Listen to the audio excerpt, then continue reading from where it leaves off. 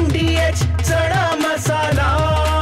आता छोले असो किंवा चवळी, पांढरे चणे असो किंवा काळे चणे, सगळं काही कमाल बने। MDH। पावसाळ्यापूर्वी संपूर्ण रस्त्यावरचे खड्डे बुजवा असे प्रशासनाने आदेश दिले होते, तरी सुद्धा त्यावरती कुठलीही अंमलबजावणी न झाल्याचं आपल्याला पाहायला मिळते। मी आता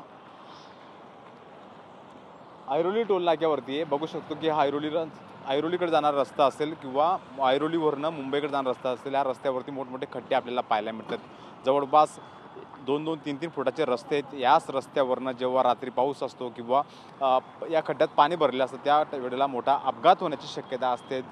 तर दुसरीकडे प्रशासनाने आदेश देऊनही, सरकारने आदेश देऊनही जर प्रशासनातील अधिकारी त्यांचं पूर्तता करत नसेल किंवा त्यांच्या आदेशाला केराची टोपली दाखवत असतील, तर त्यावरती प्रशासन काय करणार हा मोठा महत्त्वाचा असणार आहे। कारण की सर्वसामान्य नागरिक हे टॅक्स भरत असतात आणि टॅक्स भरून सुद्धा जर त्यांना चांगले रस्ते मिळत नसतील, तर मग सरकारकडे टॅक्स भरावा की नाही भरावा हा मोठा एक प्रश्न निर्माण होतो। बघू शकतो की या ठिकाणी मोठमोठे टोल भरला जातो। हा ऐरोली आणि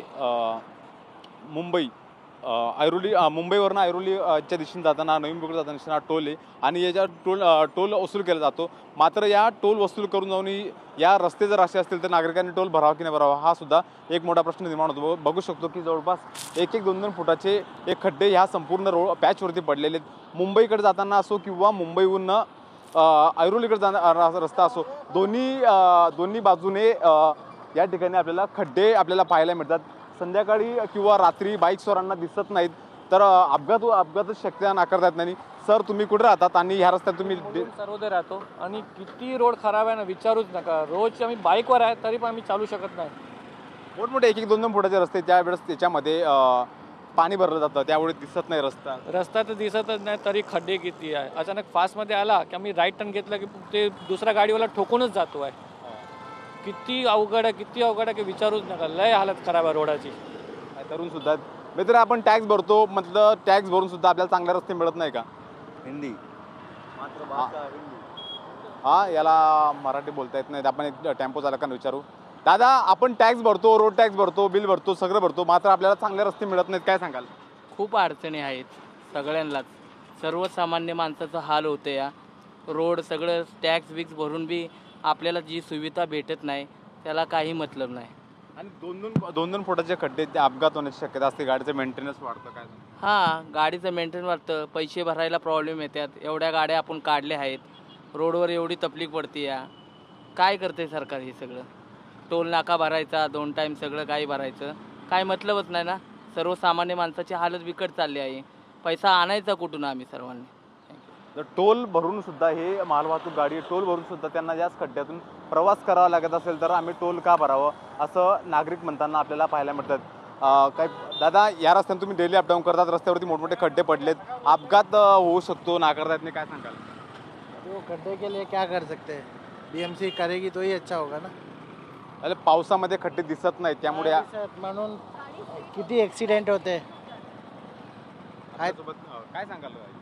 मैं वही बता रही हूँ ना कि ये इतना गाड़ी स्पीड में आती है, ये हम बारिश में हमको ये दिखता नहीं है खड्डा।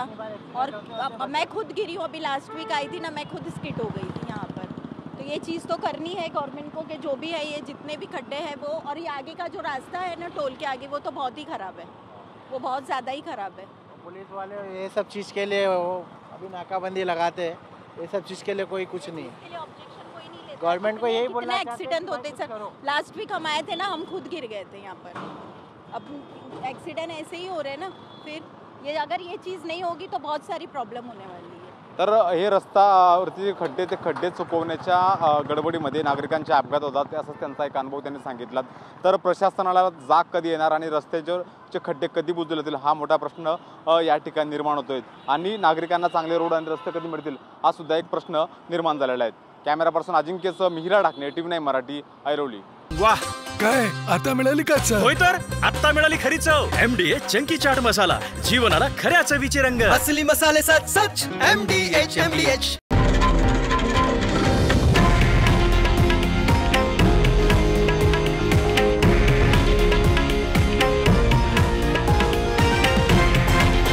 हे आहे देशातील नंबर 1 न्यूज नेटवर्क आणि आपण पाहत आहात TV9 मराठी, एकमेव।